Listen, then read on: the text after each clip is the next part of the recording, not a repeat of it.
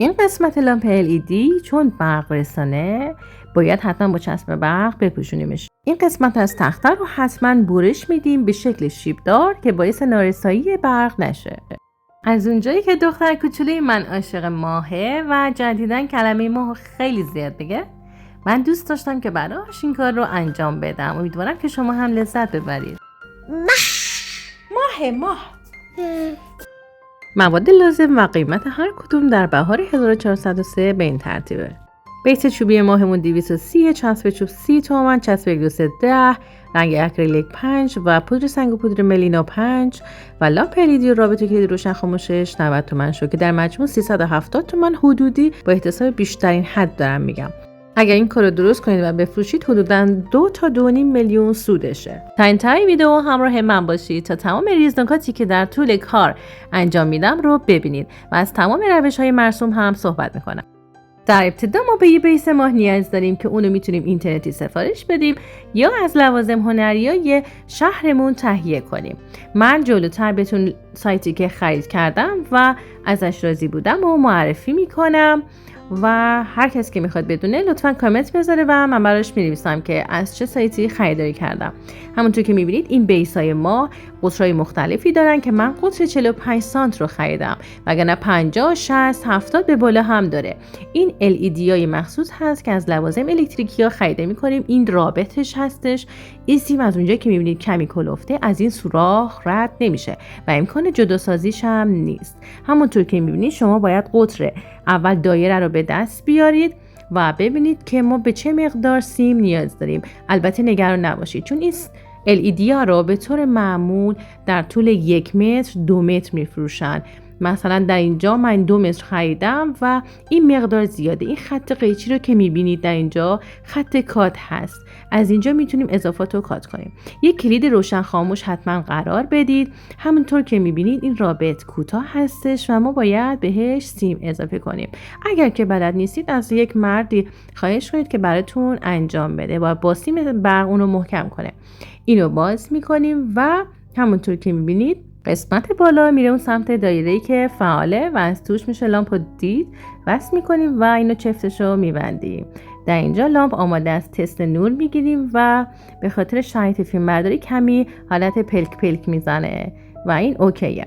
خب همونطور که میبینید من با دریل چند تا سوراخ زدم و سپس این رو اضافه کردم و این شیا رو باز کردم چون اگه قراره این سیم تا بشه ممکنه نارسایی به وجود بیاد. واسه همین همونطور که میبینید من اینجا یک شیا رو بزرگ طراحی کردم که وقتی که این سیم رد میشه کمترین شکست لامپ LED صورت بگیره. از اونجایی که این تخته‌های نئوپانه خیلی نرمه و میشه با کمی حوصله با تیغ کاتر تیز اونو در واقع فقط باید صبر و حوصله داشته باشید و مواظب باشید که به سمت چشمتون چیزی پرتاب نشه. من این شیبو میدم که وقتی که لامپ LED از بالا میاد راحت از این شیب رد بشه و کمترین شکستی که گفتم صورت بگیره. هم از این سمت میدم هم از جهت سمت مخالف قسمت روی کار ما شیب رو ایجاد میکنیم. به آهستگی و کم کم تمام خطوط رو ایجاد میکنم. این شیب این طرف هستش که کاملا خالیش کردم. البته زیاد معلوم نمیشه. اینم روی کاره که این شیب در جهت کامل از رو به زیر حرکت میکنه موقعی که لامپ رد میکنیم. برای خمیر پاپی ماشه ما به شونه تخم مرغ نیاز داریم. هم میتونید از این مدلای مرسوم استفاده کنید هم از مدلای جعبه‌ای. ارجحاً رنگ خاکستری یا خاکی رو انتخاب بکنید و هر تعدادی که کار میکنید همشون یه رنگ باید باشه. شروع میکنم تمام این شونه تخم مرغا رو دونه دونه به خرد کردن توی تشت بزرگ و من برای این کار از 5 تا شونه تخم مرغ استفاده کردم. البته من اول شروع کردم 3 تا رو درست کردم و وقتی کم آوردم دوباره یاد میدم که چه کار باید بکنید که خمیرتون خوش نشه و فرصت کنید باز بهش اضافه کنید. شونه تخم مرغای ما خورد شده. حالا آب جوش میریزم و اجازه میدم که 1 ساعت در این حالت باقی میمونه. البته اگه بخواید بدون دستگاه این کار حل بشه باید 24 ساعت بمونه. برای ضد عفونی از سرکه و نمک استفاده میکنم. بعضی ها روش دیگری استفاده میکنن، از ریکا، مایع ظرفشویی یا دامستوس استفاده میکنن و 2-3 بار این مرحله رو تکرار میکنن و آب کشی میکنن. من 1 بار کافی دیدم، ولی اگه شما از بوی این شونه های تخم مرغ بعدتون میاد، لطفاً 2-3 بار این رو تکرار بکنید، کافیه. با استفاده از یک ته قلمو شروع میکنم به هم زدن، چون آب جوش هستش، تا کاملا این مواد حل بشن. به خورد هم دیگه بدم و میذارمش 1 ساعت بمونه. بعد از اینکه 1 ساعت موند، آب اضافه‌شو میریزم. کمی آب میمونه واسه اینکه بتونیم با میکسچر راحت‌تر کار کنیم و مواد رو کاملا میکس میکنیم تا له و له بشه. بعد از این مرحله من توی 1 سبد میریزم تا آب اضافه اون کشیده بشه و شروع میکنم با استفاده از 2 دست مواد رو توی دستم فشرده میکنم تا آب اضافه‌ای که توی این شونه های تخم مرغ هست خارج بشه. حسابی خارجشون میکنم و میذارم توی تش و بقیه مواد. البته این مرحله باید حسابی آبش گرفته بشه. من از همسرم کمک گرفتم و موادی که آبشون رو گرفتم دادم اونم 1 بار برای من آب کشیشو انجام بده. بعضیا توی پارچه تنظیفم میذارن که اون روشم کاملا کارآمد هستش. بعد از اینکه حسابی آبشو گرفتم، اگه 24 ساعت حتی نصف روزم بمونه، هیچ اتفاقی براشون نمیافته. شروع میکنیم به باز کردن تمام این مشتایی که درست کردیم که کاملا ریز و ریز بشه، تا قبل از اینکه مواد دیگر رو بهش اضافه کنیم خیالمون راحت بشه که کاملا باز شده و به راحتی مواد دیگر میتونن باشون ادغام بشن.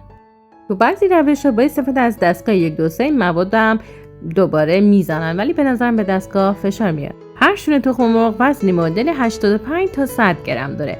به ازای هر شونه تخم مرغ 1 قاشق مرباخوری نمک اضافه میکنم و 1 قاشق پودر مل و 1 قاشق پودر کناف میریزم. پودر کناف قدرت چسبندگی خوبی داره. تو بعضی روش‌ها پودر سریش میریزن. اگر شما نه پودر مل داشتید نه پودر کناف، هیچ اشکالی نداره.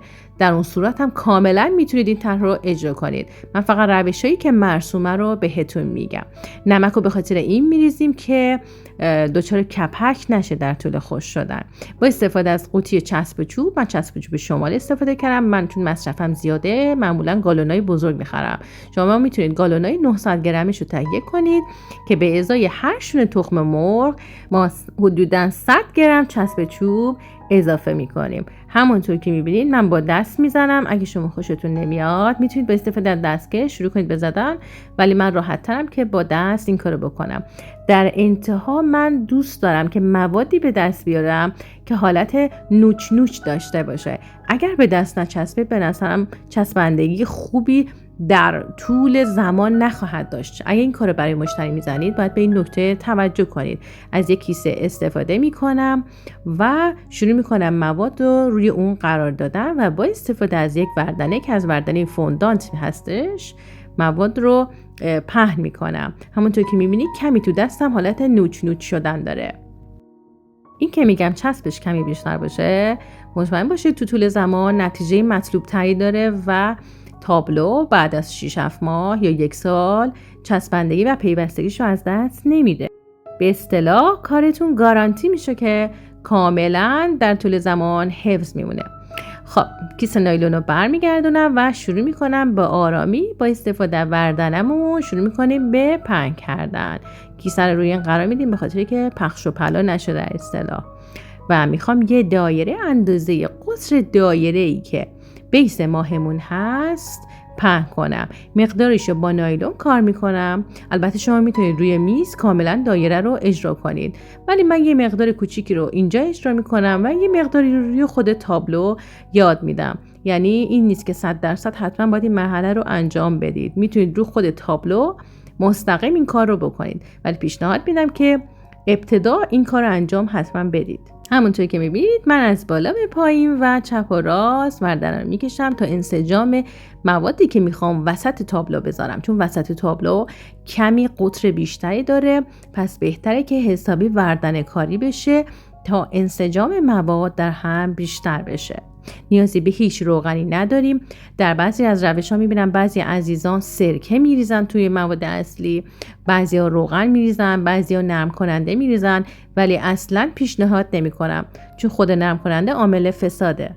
من ترجیح میدم زیر بیسمون رو حتما چسب و چوب بزنم، با این که موادمون کمی حالت نوش داره، چون هم ضد آبش میکنه و هم گارانتیش میکنه که این مواد با توجه به اینکه چوب یک کم خوره داره و چسب چوب بر پایه آبه، خیالمون راحت میشه که این چسب چوب اضافی که میزنیم کار رو محکم به کار میچسبونه. حالا همونطور که میبینید کمی نوک انگشتم خیس میکنم و جاهایی که کمی فرو رفتگی یا برجستگی داره رو فعلا صاف میکنم. میتونید با پشت قاشقم این فضا رو صفرش کنید. به اصطلاح وقتی که میرسه به کناره ها با یه شیب ملایم به قسمت کناره ها یعنی صفر میشه. خب همونطور که میبینید من کل کار رو کم کم چسبوندم، زیرش هم چسب چوب زدم. همونطور که میبینید وردنه رو میذارم، هی کار رو میچرخونم و این دایره بزرگی رو که گفتم کاملا صافش میکنم. میتونید با 1 سانت تا نیم میل این کار رو فاصله بدید، میتونیدم اصلا تا انتها صفرش کنید. الان اینجا من مواد کم آوردم، میرم دوباره درست کنم. همونطور که میبینید کیسه فریزر رو باز میکنم، روش میذارم، چون معمولا برای این کار بهتره تو طول 45 دقیقه کارمون انجام بشه، چون آب تبخیر میشه، مسلما چسبندگی کم میشه. این مواد دومم هست که اصلا توش نه پودر مل زدم نه پودر کناف. میتونید ببینید هیچ اتفاقی نمیفته، ولی اگر داشته باشید میتونید اونو بزنید. این که از کجا بخرید تمام میشه. مواد پودر مل و پودر کناف رو از لوازم گالری هنری تهیه کنید. همونطور که میبینید من یه دایره کوچیک این وسط کار کردم به قطر 1 سانت حجم موادمون هستش و کم کم همونطور که میبینید کناره ها رو صفر میکنم، چون میخوام کمی این وسط کارمون حالت محدب داشته باشه. اگه دقت کرده باشید میشه مثل شیشه عینک کمی اینجا محدب میشه و حالت کروی میخوایم ایجاد بکنیم که وقتی که نور مصنوعی رو وصل کردیم اینجا باعث بشه که برجستگی کره ماه به چشم بیاد. خب از قوطی فلزی هر چی که دارید استفاده میکنید. البته قوطی پلاستیکی هم اوکی هستش. مقداری از مواد ور میدارم، ماساژ میدم، چسبندگیش اوکی هستش. کمی چسب چوب من حتما میزنم تا وقتی مواد اضافه میکنم خیالم راحت باشه که دیگه این از جای خودش حرکت نمیکنه. دور تا دور چسب میزنم. با استفاده از این رشته های خمیری دور قوطیمون رو میچسبونیم و بعد از اینکه کار تموم شد کاملا سعی میکنیم مواد رو با فشار دادن انسجام محکمتری درش ایجاد بکنیم. این که کجا این حفره ها رو ایجاد بکنیم تا شکل طبیعی ماه رو به دست بیاریم کاملا سلیقه هستش. سعیم بکنید که از قوطی‌ها با سایزهای مختلف استفاده کنید. من با استفاده از این ته کاردکم شروع میکنم به کمی خط انداختن.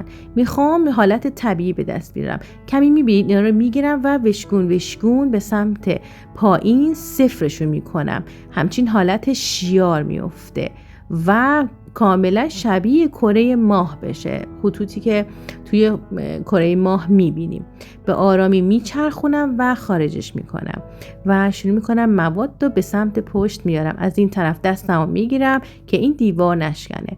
حالا با استفاده از قوطی اسپری که کمی کوچیک‌تره به خاطر زیبایی بستری بیشتر، چون اگه همه این حفره ها رو بخوایم هم سایز بزنیم یه خورده زیبایی بستری کمتر میشه و شروع میکنم همون کار رو دقیقاً انجام دادم. همونطور که میدید مواد رو صفر میکنم، انسجام میدم و دور قوطی قرار میدم و این مرحله مثل حفره اولی انجام میشه و شروع میکنم این قسمت ها رو بازسازی کردن.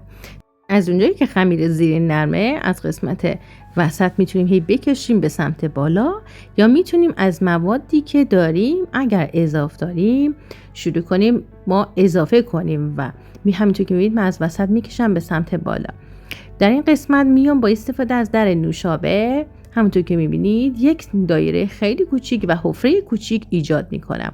البته به خاطر اینکه میخوام خطوط رو بلندتر ایجاد کنم، مثل اون حفره بالایی اگه در کنج میبینید حالت خورشیدی داره، کمی قسمت جلوش رو بیشتر میکنم و خطوط رو میخوام طولانی تر بندازم تا جلوه‌ای بصری قشنگتری ایجاد بکنه. همونطور که میبینید کمی کاردک رو با فشار دادن حرکت میدم و اینجا مثل حالت وشگون گرفتن هی به سمت جلو مواد رو حرکت میدیم و خطوط بلندتری رو برای این مدل حفره ایجاد میکنم. در اینجا میام به صورت دستی باز موادی رو اضافه میکنم چون میخوام این خط بلندتر بشه، خیلی خوشگل‌تر میشه. همونطور که میدید مواد زیر یکم نرمه، میلغزن روی هم.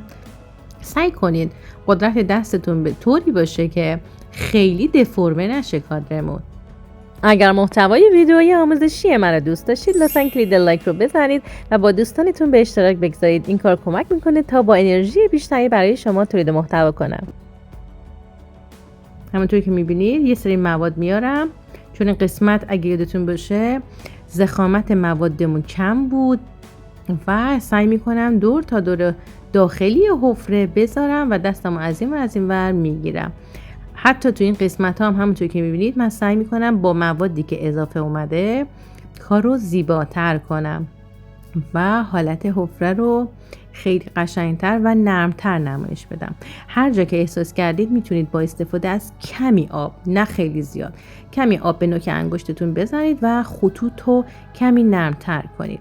حالا در اینجا میام چسب چوب رو همونطور که میبینید میزنم فله‌ای و یه گوله میذارم چون میخوام این خیلی خیلی حفره ظریف‌تری بشه. با استفاده از یک پشت خودنویس این سوراخ رو ایجاد میکنم. همونطور که میبینید با استفاده از کمی هم آب، شاید توی تصویر نیستش ولی کمی آب میذارم و با انتهای قلمو خطای این حفره ها رو هم ایجاد میکنم. بعد از اینکه کار طراحیمون تمام شد، تقریبا سعی کنید توی 1 ساعت تمامش کنید، میذارمش بیرون تو فضای آزاد. 2 روز بهش زمان میدم. منطقه ما منطقه گرمی هستش و 2 روز کافیه واسه خوش شدنش. ممکنه تو منطقه شما لازمه که بیشتر، همونطور که میبینید خوش شده، عین سنگ میشه، خیلی سفت و خیالتون از بابت این ماجرا راحت بشه.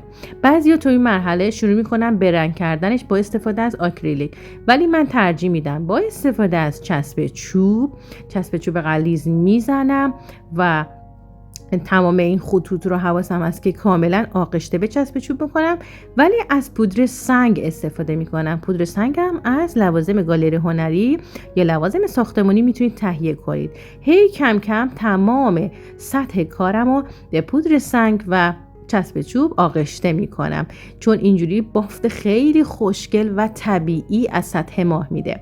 بعضی افراد میان با استفاده از سنباده کارو صاف میکنن که اصلا ضرورتی نداره چون کره ماه اصلا صاف نیست، دارای پستی بلندی هست سطحش و پیشنهاد میکنم اصلا از سنباده استفاده نکنید. ما این الان میذاریم قشنگ 1 ساعت کامل خوش بشه. بعد از 1 ساعت شروع میکنم اضافات پودر سنگو از روی کار برداشتن. میایم مثل یه حفار، دیدی توی آثار باستانی شروع میکنیم با استفاده از یک قلمو تمام این پودرا رو به آهستگی از روش برمیداریم. اصلا بهتره که از انگشت استفاده نکنید. با استفاده از همین قلموها به راحتی میتونید تمام این پودر سنگا رو خارج کنید. ببین چه بافت زیبایی داره، کاملا شبیه کره ما هستش و به نظرم خود رنگ پودر سنگ بسیار عالی است. لازم نیست که اصلا با آکریلیک اینو رنگش کنید. همونطور که میبینید این شیبی که ایجاد کردم الان برای رد کردن لامپ LED بسیار کارآمد هستش. لامپ LED رو رد میکنم و قشنگ میچسبونم تا ببینم چه مقداری زیاد هستش.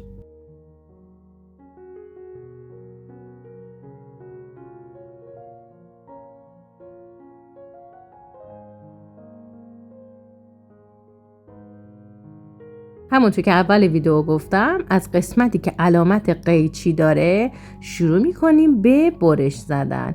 این قسمت رو به آهستگی با استفاده از کاتر برش میزنیم. خیلی دقت کنید که وقتی با کاتر برش میزنید دست و بالتون رو نبرید. البته میتونید از قیچی‌های خیلی محکم هم استفاده بکنید که ایمن‌تر هستش. برای چسبوندن من از چسب 1 2 3 فوری استفاده میکنم که مثل سنگ این رو بچسبونه. شروع میکنم به زدن چسب به پشت نوارمون. البته بعضی از مدل های LED دارای چسب 2 طرفه هستش که اصلا پیشنهاد نمیکنم، مخصوصا به خاطر بافت چوب در دراز مدت چسبندگیشون رو از دست میدن و وقتی که گرم میشه میفته. همونطور که میدید میچسبونم، بعد اسپری میزنم که در جای خودش فیکس بشه و کاملا صفر میشه. یه 30 ثانیه زمان میدم که بچسبه. اضافات رو حتما با یک کاغذ یا یک کارتون بردارید. با دستتون بر ندارید که این چسب به دستتون میچسبه و کندنش هیهات من الذله. و این قسمت رو که میبینید چون رسانه برقه، حتما چسب برق بزنید. همینجور به این ظرافتی که من کار کردم بزنید. البته اگه چسب برق سفید دارید که چه بهتر. من چسب برق سفیدم پیدا نکردم و با سیاه زدم. کمی هم با چسب نواری دورش میپیچم که خیالم راحت باشه که این کاملا در جای خودش فیکس میشه. چون اینو وقتی اگر به مشتری تحویل میدید، اگه بچه‌ای دستش بخوره میتونه دچار برق گرفتگی بشه. پس کاملا با استفاده از چسب برق اون رو ایمن کنید. خیلی آهسته پیش برید، عجله کار شیطونه. خب همونطور که می‌بینید من به آرامی دارم چسبا رو میزنم کم کم، هر یه وجب جلو میرم. پس چی شد؟ پیشنهاد من استفاده از چسب 1 2 3 هستش. خیلی خوبم بزنید، دست و دل باز باشید و حتما دقت کنید وقتی دارید میچسبونید این نوار از سطح خود کادرمون بالاتر نیاد. یعنی به خاطر که الان ما یک کادر اصلی داریم که روی این کادر میاد و باید این از سطح میبینید. همونطور که میبینید من این خط رو که حرکت میدم اینا نباید بالاتر باشن. قسمت بیرونی لامپو همونطور که میبینید حتما چسب مشکی بزنید چون دیوار رو روشن میکنه. حتما بپوشونیدش. با استفاده از چسب چوب شروع میکنم به زدن این حاشیه ها. حسابی چسبمالی کنید یا عمق قرار بمونه و همونطور که میبینید این قالب دوم رو روش قرار میدم. چند طرف شروع میکنم به گذاشتن وزنه که بلند نشه. از لیوان هرچی دم دستتون بود بذارید و بگذارید این حدودا 1 ربع کاملا خوش بشه و بلند نشه.